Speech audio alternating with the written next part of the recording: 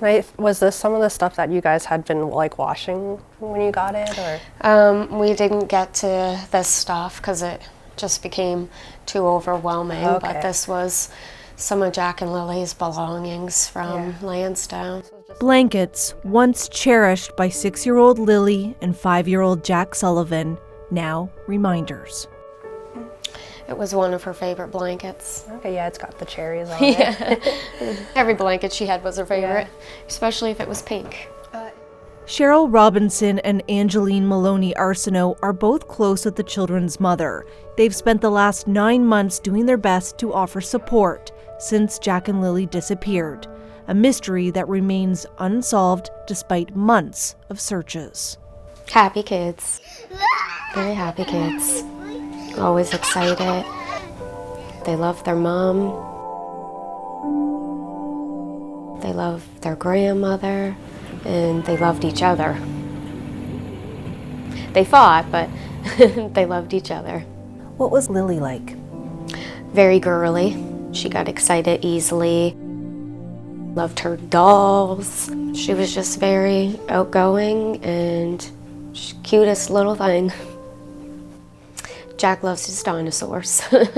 Loved to play with his toys. Jack was more quieter. He was on the quieter side.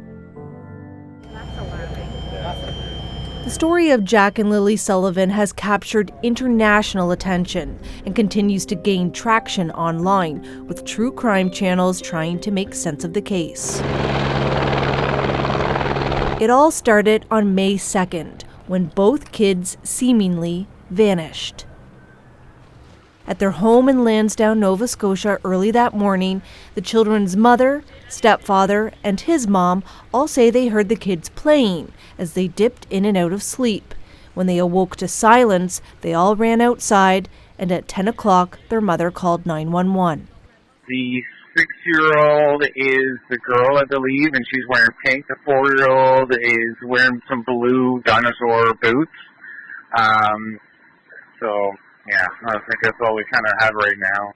I just happened to scroll Facebook, and I saw the post from the RCMP that Lily and Jack were missing, and we decided we would go over and help look for them. My coworker at lunchtime, she brought it up, and she started reading like the whole thing out loud, and when she said the 2 names, I was like, hold on, like wait a minute. And I just grabbed my phone and called Malaya, and I was like, are your kids missing? And she said yes, and she was very upset. How would you describe the scene that day? Chaotic. It was very chaotic. It was very stressful. RCMP teams and hundreds of search and rescue volunteers descended on the property, presuming that Jack and Lily wandered into the nearby woods. But Robinson says right away, things didn't feel right. We had asked for an Amber Alert a few hours after the kids had went missing, and we were told that it didn't meet the criteria because apparently you have to have like a suspect or reason to believe that they could have been abducted. So that was pretty disappointing. Ground search and rescue people. Staff Sergeant Rob McCammon is with the Nova Scotia RCMP Major Crime Unit. We didn't have the necessary pre-qualifiers to issue an Amber Alert. However, we did issue vulnerable persons alerts related to the disappearance of Jack and Lily. With little information from police, rumors have been swirling about potential suspects and whether their mother, Malaya Brooks-Murray, or their stepfather, Daniel Martel, had anything to do with it. Both deny knowing what happened. I wouldn't say anybody's a suspect. Again, we continue to gather information and whatever evidence that we are able to find, and we'll make our decisions based on that. But we are not in a position to really comment on suspects or anything like that at this time.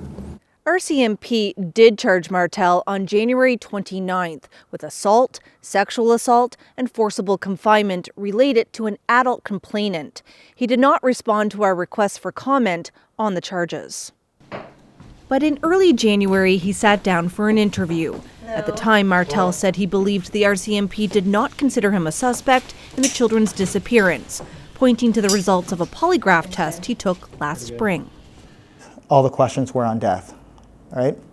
So they concluded that by the end of it, I was truthful with all my answers. So I didn't have anything to do with the murder of Lily and Jack. And there was no questions on the disappearance or abduction or kidnapping or anything of that nature. And so you mentioned that in the polygraph, they didn't ask you about the disappearance and whether you had anything to do with it. But I'm going to ask, did you have anything to do with the disappearance of Jack and Lily? No. Did you kill them? No.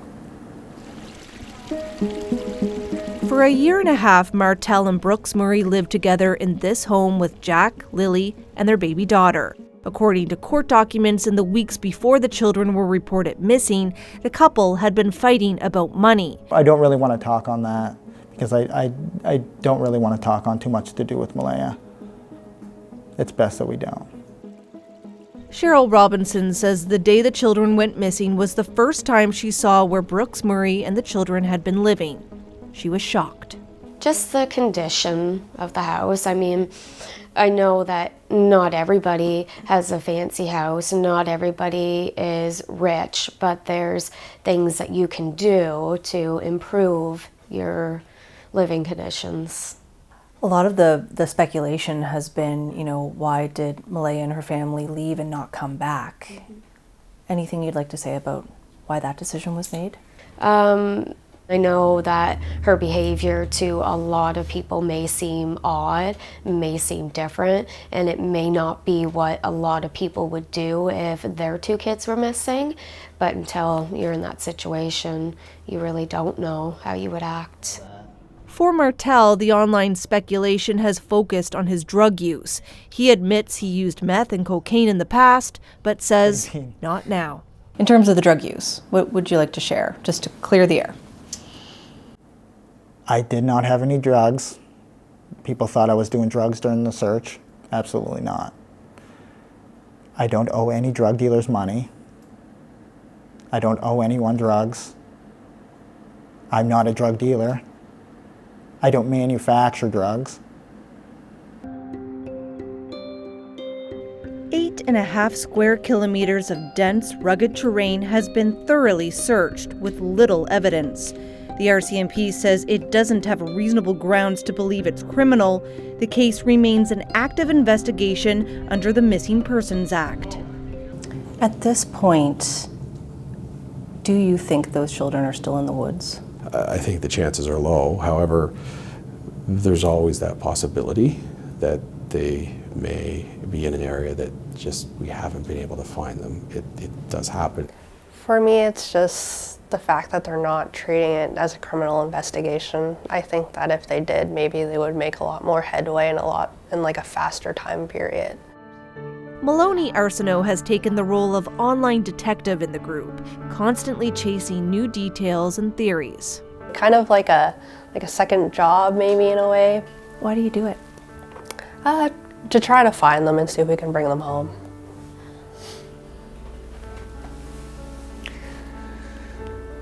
It's just hard. Everyone close to the case has the same goal: to find Lily and Jack. As far as I'm concerned, it's not going to be a cold case. This is a case that needs to be solved, so we will pursue every avenue available to us to ascertain what happened with Jack and Lily.